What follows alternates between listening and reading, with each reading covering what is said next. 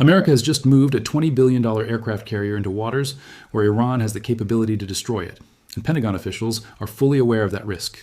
The USS Abraham Lincoln Carrier Strike Group, escorted by 3 guided missile destroyers and carrying more than 6,000 sailors, arrived in the Middle East this week despite intelligence assessments warning that Iranian anti-ship weapons represent an existential threat to this floating symbol of American power. What makes this deployment truly alarming is what isn't being said publicly. U.S. military planners know the carrier is vulnerable. They've run the simulations, studied Iran's arsenal, and wargamed the outcomes. Their conclusion is stark and consistent. If Iran launches a coordinated multi-layered attack using drone swarms, anti-ship ballistic missiles, cruise missiles, and fast attack boats at the same time, the Abraham Lincoln would likely be destroyed before it could defend itself effectively. This isn't speculation or alarmism. It is the assessment of Pentagon war planners who have spent years analyzing Iran's military doctrine, which is specifically designed to sink American aircraft carriers operating in the Persian Gulf and Arabian Sea. Iran calls this approach asymmetric naval warfare. The logic is brutally simple. You don't need a navy that matches the United States ship for ship. You just need enough low-cost weapons to overwhelm a carrier's defenses and send $20 billion worth of steel, technology, and manpower to the bottom of the ocean. Iran has built exactly that capability. Iran's College-Fars anti-ship ballistic missile can strike moving targets at sea from distances beyond 300 kilometers. The Hormuz 2 cruise missile flies at near supersonic speeds just meters above the water, making it extremely difficult to detect and intercept. The C-802 cruise missiles Iran obtained from China can be launched from mobile coastal batteries, aircraft, or even small boats. But missiles alone are not Iran's most dangerous weapon against a carrier. Drone swarms are. Iran demonstrated this during the June conflict when it launched hundreds of Shahed drones toward Israeli targets. Israel's air defenses, supported by American Aegis destroyers and allied aircraft, intercepted most of them, but not all. And the economics of that exchange were devastating. Each interceptor missile used against those drones costs between $2 and $4 million. Each Shahed drone costs roughly $20,000. The imbalance is obvious. Iran can build 100 drones for the price of shooting down one. And they don't need every drone to get through. They just need enough to saturate defenses and create openings. Now apply that scenario to the Abraham Lincoln.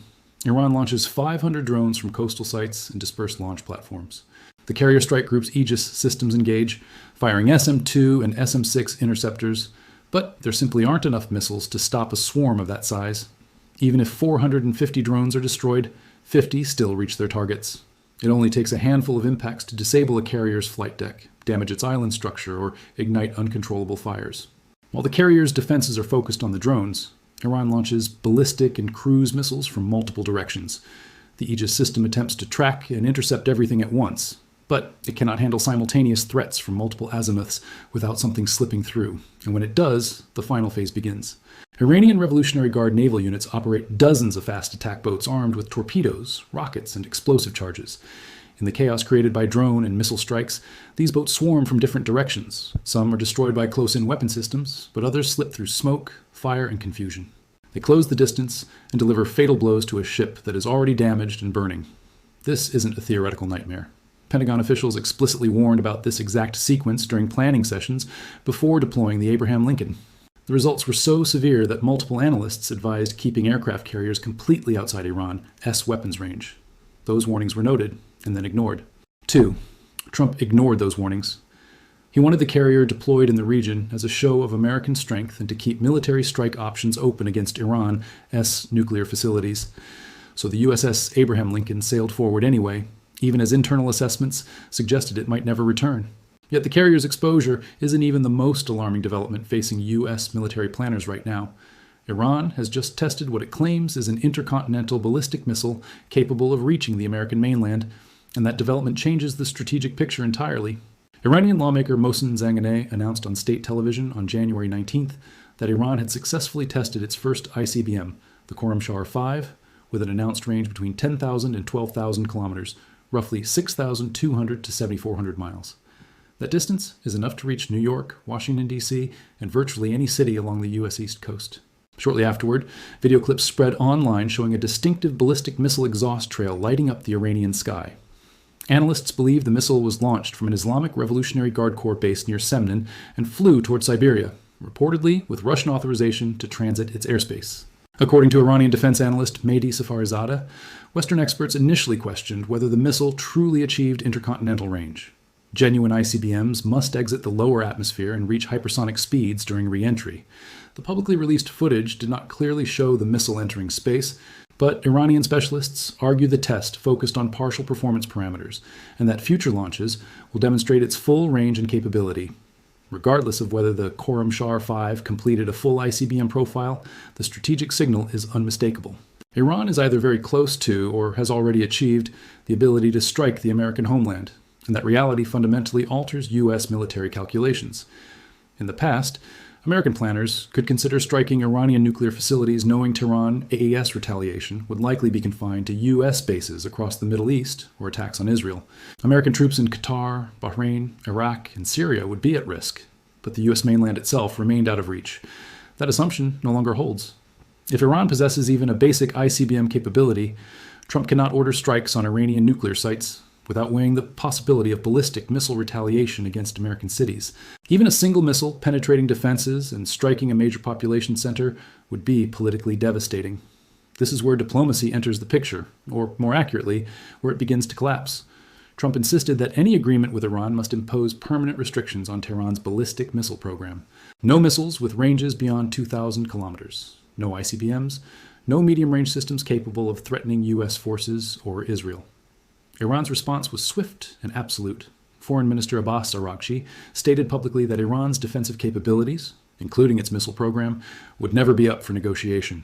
Not under any circumstances.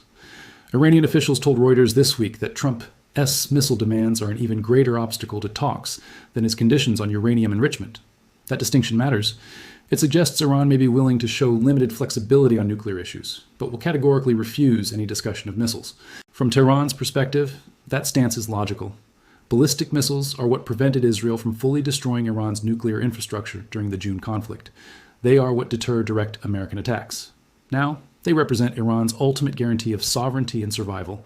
Intelligence estimates indicate Israeli strikes during the 12-day June war destroyed between 35 and 45% of Iran-Adarome missile stockpile. Yet Iran has reportedly rebuilt its medium-range missile forces back to pre-war levels. Production lines are running at full speed, fueled by Chinese-supplied propellant materials and guidance components. Iranian officials are not concealing this effort. They openly acknowledge expanded manufacturing, new launcher deployments along the Iraqi border and across Iranian Kurdistan, and the positioning of Khorramshahr 4 launchers along the eastern Persian Gulf coastline, where they can rapidly target American naval assets. This reality explains why Trump repeatedly threatens military action, but never actually authorizes it. Every intelligence briefing delivers the same conclusion. Iran's missile capabilities make a direct attack extraordinarily dangerous. Not only dangerous for U.S. troops in the region, but dangerous for American cities themselves. Senator Lindsey Graham acknowledged this after receiving classified briefings, warning that policymakers must carefully consider whether military action would achieve its goals or unleash consequences the United States cannot accept. In plain terms, Trump wants to dismantle Iran's nuclear program, but doing so risks Iranian missile strikes on American interests, potentially including the homeland if Iran's ICBM claims prove accurate. Iran understands this constraint, which is why its negotiating position remains rigid. Tehran may discuss uranium enrichment and possibly accept temporary nuclear limits, but missiles are non-negotiable. They are the reason American B-2 bombers and F-35s have not already turned Iranian nuclear sites into craters. The upcoming talks in Muscat, Oman, represent Trump's final push for a diplomatic off-ramp. But with Iran refusing to discuss missiles and Trump demanding exactly that as a prerequisite for any deal, the two sides remain fundamentally misaligned, with no clear overlap between their positions. 3. So this is where the crisis is heading, and none of the possible outcomes are good. The first scenario is that Trump backs down. He accepts that his stated goals, total dismantlement of Iran's nuclear program and its ballistic missile capabilities, cannot be achieved through force. He settles for a weaker agreement that leaves Iran's missile arsenal untouched and only places temporary limits on uranium enrichment. Iran declares victory. Trump's credibility takes a serious hit. Allies begin questioning U.S. security guarantees, and adversaries conclude that American threats lose their meaning once the costs become too high. The second scenario is that Trump strikes anyway. Despite intelligence warnings and projections of massive casualties, he orders attacks on Iranian nuclear facilities. Iran responds by sinking the USS Abraham Lincoln. Thousands of American sailors are killed. Oil prices surge past $200 a barrel, triggering a global recession. Iran launches ballistic missile attacks on U.S. bases across the Middle East and possibly fires an ICBM toward the United States, even if it carries no nuclear payload. The psychological impact of an Iranian missile hitting American territory would be immense. Impeachment calls follow. The Middle East plunges into full-scale chaos. The third scenario is Israel acts alone. Prime Minister Netanyahu orders strikes on Iranian nuclear sites using Israeli F-35s and long-range missiles without formal U.S. authorization. Iran retaliates against both Israel and American forces, assuming, rightly or wrongly, that Israel could not have acted without U.S. approval. The Abraham Lincoln is targeted regardless. Trump is dragged into a war he did not initiate. Americans die defending actions he never signed off on. None of these outcomes serve U.S. interests. Each one results in either strategic defeat, catastrophic loss of life, or both. And Trump knows it. That reality explains his constant delays. Israeli Prime Minister Benjamin Netanyahu is reportedly furious, pressuring Trump relentlessly to greenlight strikes. He offers Israeli intelligence, targeting data, joint operational planning, anything to force a commitment. But Trump continues to hesitate because every briefing from U.S. military leadership reaches the same conclusion. The risks far outweigh the rewards. The carrier is exposed. Iranian missiles can reach American forces and possibly American cities. The economic fallout would be devastating. And there is no certainty that strikes would even succeed in destroying Iran's nuclear program, much of which is buried deep inside hardened underground facilities. Israeli media reported this week that Trump privately told Netanyahu he is not ready to authorize military action and fears the consequences could destroy his presidency. That level of honesty is unusual for Trump. It suggests that behind closed doors he understands exactly how dangerous Iran's response could be, and that fear is justified. Iran has spent 4 decades preparing for this moment. They built redundant command systems to survive decapitation strikes. They buried nuclear facilities beneath mountains. They dispersed missile launchers nationwide. They stockpiled fuel, weapons, and ammunition. They trained and armed proxy forces across the region. This is not Iraq in 2003, where U.S. forces toppled a hollowed-out military in weeks. This is a country that survived an 8-year war with Iraq, endured decades of maximum sanctions, adapted under pressure, absorbed Israeli strikes with U.S. backing in June, and rebuilt key capabilities within months.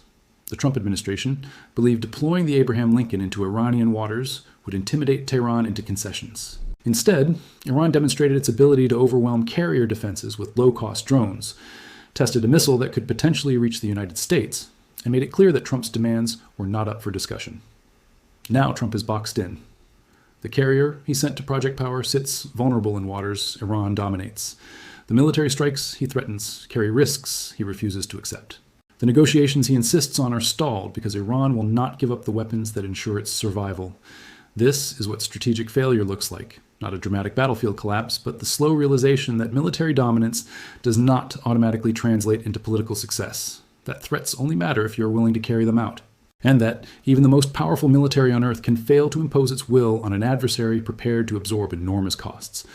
Iran has already demonstrated that willingness by killing tens of thousands of protesters to preserve the regime.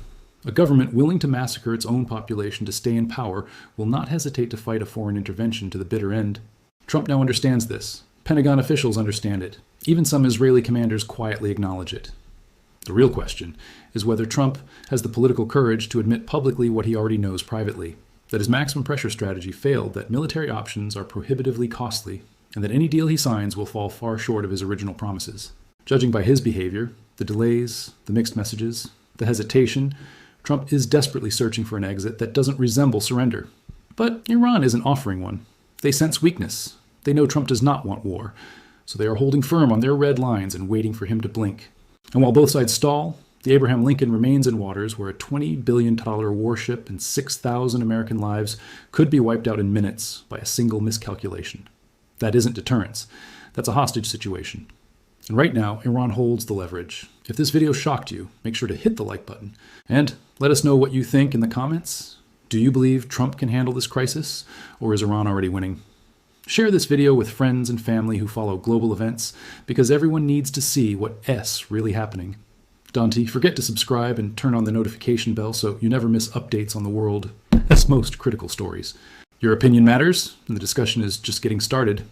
We break down these high-stakes situations faster and clearer than anywhere else, so stay tuned, stay informed, and join the conversation before it hits the headlines.